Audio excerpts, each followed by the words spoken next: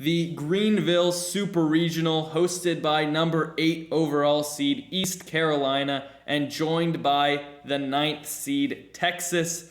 And Texas was able to sweep through their regional, facing Air Force twice, with one of those times being in the final. So they got a fairly light field to play through, but we got to see the Texas that people expected throughout the entire year. And with National Player of the Year, Ivan Melendez just hitting tanks, now sitting at 30 home runs and 90 RBIs, he will be expected to lead this team to victory. Even though East Carolina is very formidable, I feel like Texas fans have got to be sitting and thinking that they have a very good chance of making it to the College World Series.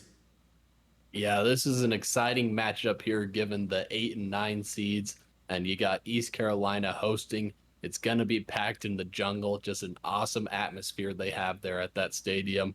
And I'd really love to pick East Carolina to win this one, but I think I'm going to lean with Texas just based off the talent standpoint. Like you mentioned, one of the most talented teams in the country, and they have Ivan Melendez, who has won some National Player of the Year awards already and has been announced as a finalist for the Golden Spikes Award, likely going to win that as well.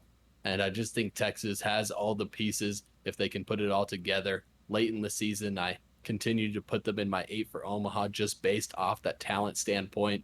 And I think they're going to take down East Carolina on the road. And I think Ivan Melendez is going to break Chris Bryant's home run record.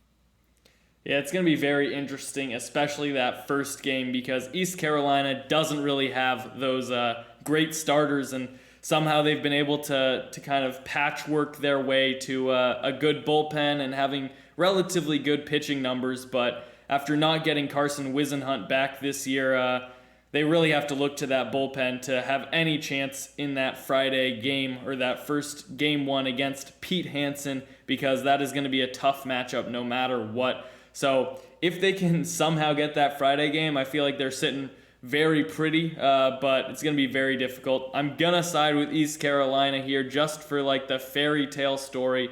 They're that team that just seems to never make the College World Series after putting together great seasons. But I feel like this could be the year where they finally make that Omaha run. And because of how gritty they've been this entire year, it's definitely a possibility for them to make that run, especially against this Texas team that has the talent, sure. We've seen that when they've been hot, but they have faltered a bit throughout the way. So if they can get Texas on one of their slumps, they can definitely beat them. Yeah, and I'd love to pick East Carolina here just for the story. Always love showing mid-majors some love. And like you mentioned, it's honestly just incredible that they've even made it to this standpoint, given they lost Carson Whisenhunt, who's going to be a first rounder, even though he's been injured and hasn't played this entire year. So although it's disappointing if they end up losing this super regional at home, I think this team should hold their heads high regardless. It's absolutely incredible that they even made it to this point.